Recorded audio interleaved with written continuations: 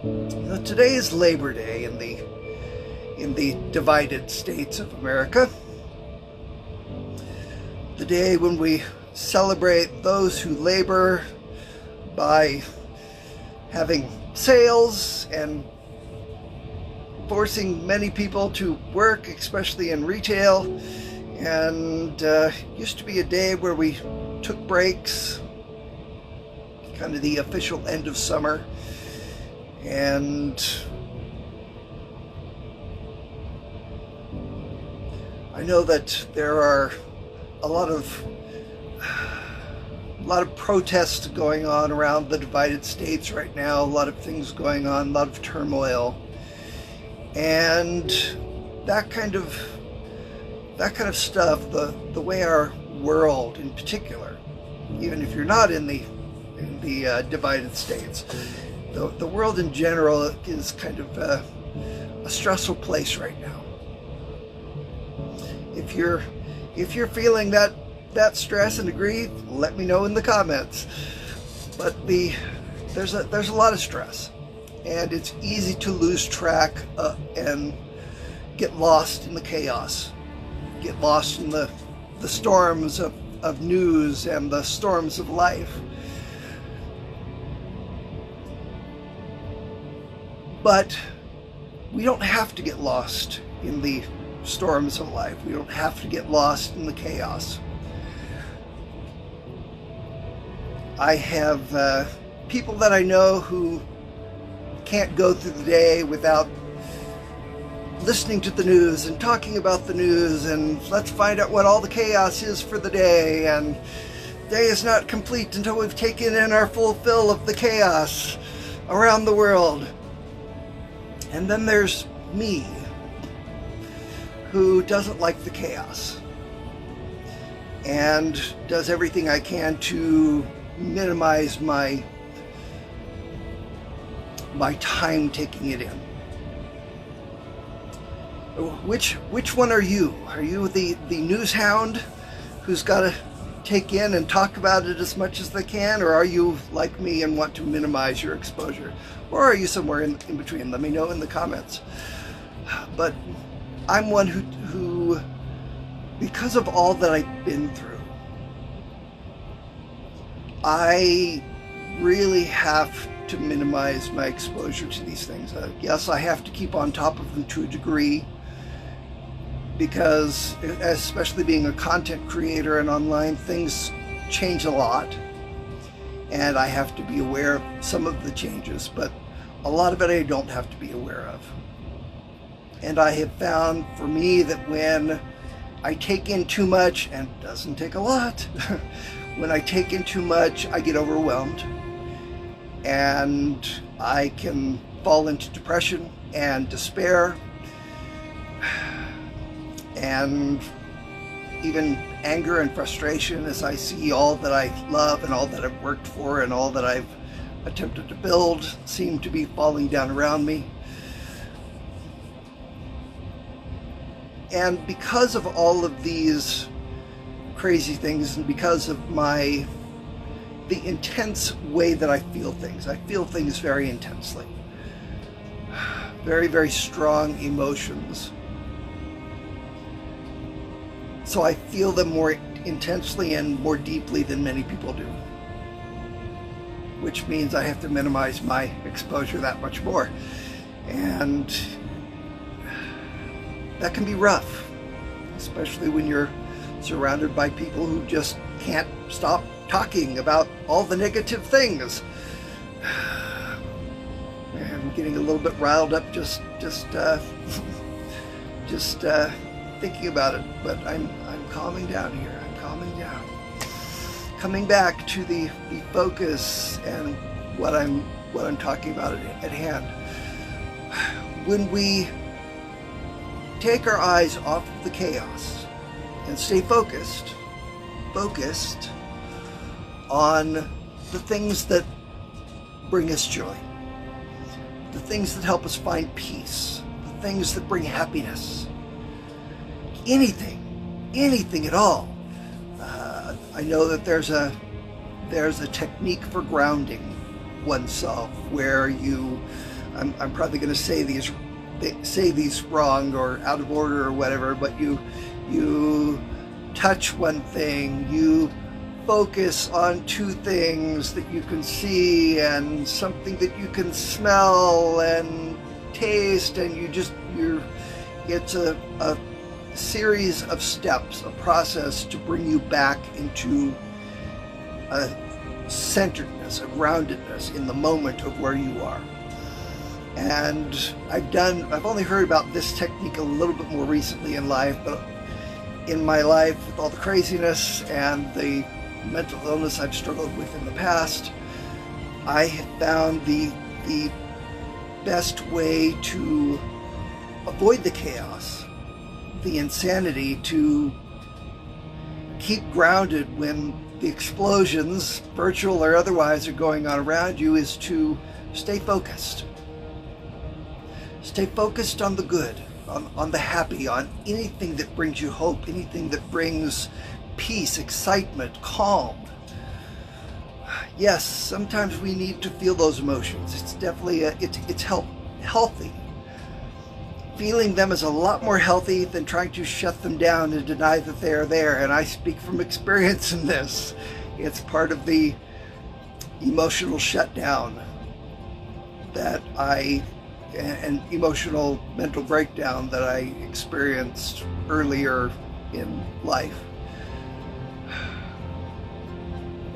When we focus on the good, the things that bring us peace, the things that bring us happiness, and just say, I'm not going to worry about the rest. When we bring ourselves to a place of peace and grounding by focusing on good things like cats and pizza and outer space, like grapes and smiles. See, I'm feeling better already. When we focus on things that bring us joy and bring us happiness, we can let go of the chaos around us. We can bring ourselves back to a place of peace and calm and wholeness and tranquility in the middle of all the insanity. And this is something that I learned to do, even in the middle of the mental breakdown and dealing with schizophrenia and the other things that I dealt with early in life. Yes, I'm one of the 1% of people who had schizophrenia, fought it for 11 years, and actually able to recover. And I've had a clean bill of mental health and been off the medications for longer than I was on them now at this point. But that and other weird facts about me are soon coming to YouTube. The video is already edited, and did I upload that one already or not? See, I've got so many videos I'm editing. I think that one is up, and if you want to see the link for it, let me know down in the comments. And if you're watching this later, when I get this edited and uploaded to YouTube, I will also put a link to that at the end of the video. But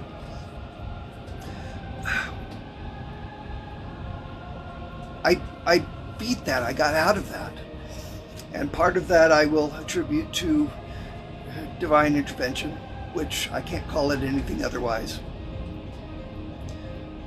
with the circumstances and things that happened around it, which is a discussion for another episode. But also learning to focus on the good, the happy, the uplifting, the positive things, the encouraging things, the healthy, upbuilding, uplifting things really helped me and continues to help me on a regular basis. And this is something that I was known for among my friends for a long time, as being able to find the good in the middle of the chaos.